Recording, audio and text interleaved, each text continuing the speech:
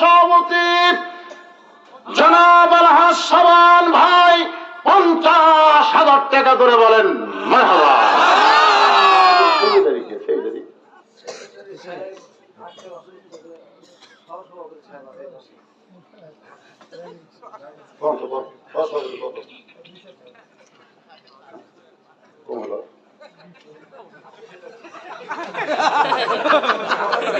প্রতি মাসে দেওয়া লাগে, তার মানে ওনারা দিতেইছেন, তারপর আবার চাপ দেওয়া যাবে না, কারণ চাপাচাপি করলে দিতে হবে, দরকার নাই, বেশি থাকে নাকি।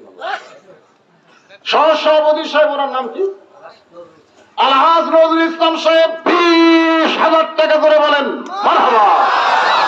আলহামদুলিল্লাহ। তাহলে 50 আর 20 70। আর কে আছে? কে ছিলেন? অসুস্থ মানুষ 30 লেখাথন, হুজুর মিলে করছে লেখাথন 30 যা খায় কপালে হয়ে যাবে কাল সকালে। ভাইজান, এখন এনারা আপনাদেরকে তাবারক দিবে, খুবই সমস্যা, কারণ জায়গা ছোট, মানুষ বেশি, তাবারক দিবার গেলে কি দেওয়া হয় আল্লাহ ভালো জানে।